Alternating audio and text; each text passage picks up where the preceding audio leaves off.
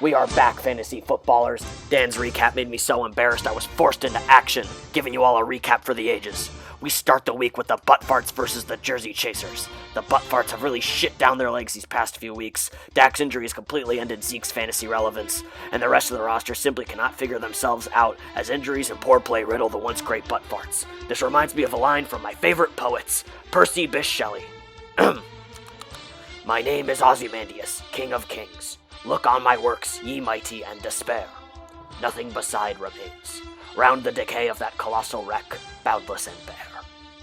It really highlights the fleeting nature of power, and how even the most dominant of the first half of a season the Butt Farts had, nothing can stop this team from pulling the ultimate James Harden and choking when it comes to crunch time. You've all witnessed me go through every stage of grief, but I think I'm close to acceptance. It may help that my fantasy team in another league also just clinched a playoff spot, but regardless, Farts 81, Chasers 132. We move on to a game that is essentially a bye week for most teams as the dihydrogen monoxide strap up to play the glizzy. Wait, holy shit, the Gobblers won?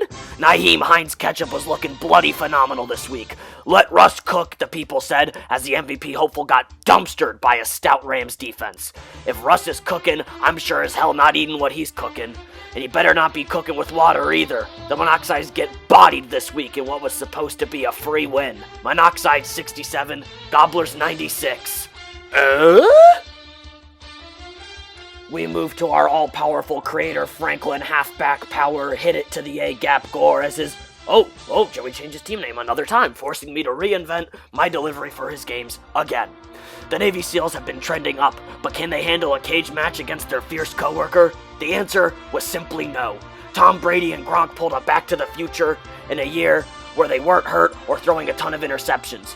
They said TJ Lex Luthor. Moore said I'm the coolest mama jama on this roster, and it's time for me to take over. Props to you, Joey. The SEALs played well, but not good enough, and this effort simply wasn't good enough to get the dub. It's elementary, my dear old Deshaun Watson. You must simply score more points than the other team to win.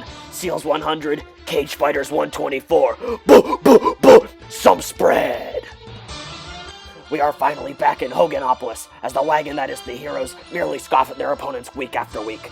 Baby Got Dak has been in a several-week identity crisis, as the loss of Dak in a forced to trade for Josh Ray Allen, the sharpshooter. However, this week it was more of a Josh Allen wrench, because the Heroes handed out an L to Billy's boys. Last-minute heroics by the Buffalo QB were not enough for an even more last-minute effort by DeAndre Hopkins. The Heroes keep marching to 9-1. Dak 122, Heroes 137. What? We moved to Cleveland for the final battle as Chubb squared off against Hunt in a game that was down to the wire. The staff played the game of their lives, and in the words of DeAndre Taylor Swift, it feels like a perfect night to rack up some big points and make fun of Jen's team. It feels like a perfect night for the Colts to come up big and the Pack to play like shit. Yeah! We're happy, free, confused about this game at the same time. It's miserable and magical, oh yeah! Tonight's the night we forget about our record. This time. I don't know about you, but I'm feeling 22. Everything will be alright if you make me your RB2. You don't want to trade me, but I bet you want to. Everything will be alright if I just keep scoring weekly. 22 points. 22 points. As the staff cruised to a commanding victory against the Blue Hawks. Blue Hawks 124, staff 135. Some spread. A reading from the Book of Football. Jesus said to them, "Football players, have you caught anything to eat?" They answered him, "No."